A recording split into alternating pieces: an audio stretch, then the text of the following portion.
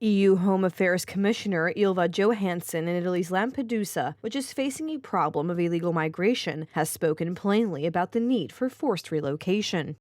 The Commission has the legal tools to ensure enforcement of the new migration law. Countries that choose not to relocate will be obliged to do certain things, for example, pay. This money will be used to help member countries that have problems with migrants.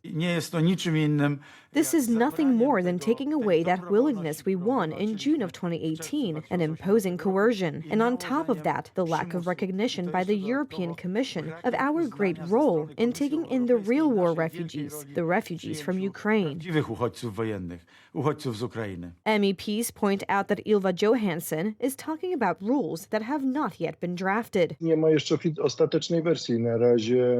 is no final version yet. For now, these are the findings of the interior ministers of the European Union countries. We are waiting for these regulations to come to the European Parliament. We will discuss the issue. It is a fact that there is no final version, while we already know what the threat is here. In the words of Gogol, the old is not yet dead, the new is not yet born, but both threaten the living. Yesterday, a meeting was held between the Prime Minister and representatives of parliamentary clubs and circles on the migration package. Politicians from the Civic Platform and the New Left opted out of the consultation. They accused the government of using migration for a political game. And I request motion to adjourn to convene the Convention of Seniors in order to introduce, as the first item on the agenda, the adoption by the Polish Parliament, a resolution calling on the government to use the solidarity mechanisms provided for by European Union law and to ensure the protection of the interests of the Republic of Poland.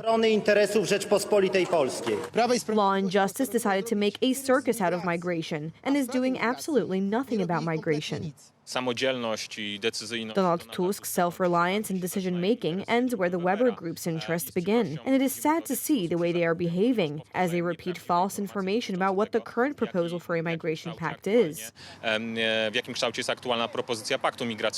Law and Justice government says clearly there is no agreement on forced relocation of migrants in Poland. According to the provisions of the regulation, the relocation mechanism is mandatory. Whoever fails to carry it out is obliged to pay a penalty for failure. However we may call it in this draft regulation, it is called variously, a second-level solidarity measure or a compensation mechanism. But the name is secondary. In essence, it is a penalty.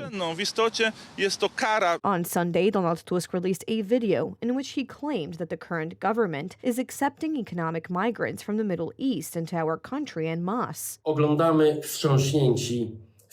We are shocked watching scenes from the violent riots in France, and right now Kaczyński is preparing a document that will bring even more citizens to Poland from countries such as, and I quote, Saudi Arabia, India, the Islamic Republic of Iran, Qatar, the Emirates, Nigeria, or the Islamic Republic of Pakistan.